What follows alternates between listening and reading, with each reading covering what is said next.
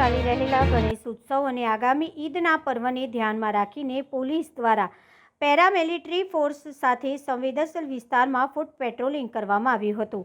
વડોદરામાં ગણેશ ઉત્સવના તહેવાર આગામી દિવસોમાં આવનાર ઈદના પર્વને ધ્યાનમાં રાખીને આજે શહેર પોલીસ વિભાગ દ્વારા સંવેદનશીલ વિસ્તારોમાં ફૂટ પેટ્રોલિંગ કરવામાં આવ્યું હતું, જેમાં નાયબ પોલીસ કમિશનર ઝોન 2 મંજીતા વંજારાની આગેવાનીમાં મદદનીશ પોલીસ કમિશનર, પોલીસ ઇન્સ્પેક્ટર અને બંદોબસ્ત માટે આવેલી બીએસએફની ટુકડી સાથે રાખી દૂધવાડા મોહલ્લા સહિત વિસ્તારમાં ફૂટ માર્ચ કરવામાં આવ્યું હતું. ગતરોજ અકસ્માતની ઘટના અને ગણેશજીની સવારી પર કાંકરી ચાળાની ઘટના બાદ પોલીસે સતર્કતા વધારી છે, જેના ભાગરૂપે આજે ફૂટ માર્ચ યોજવામાં આવી હતી.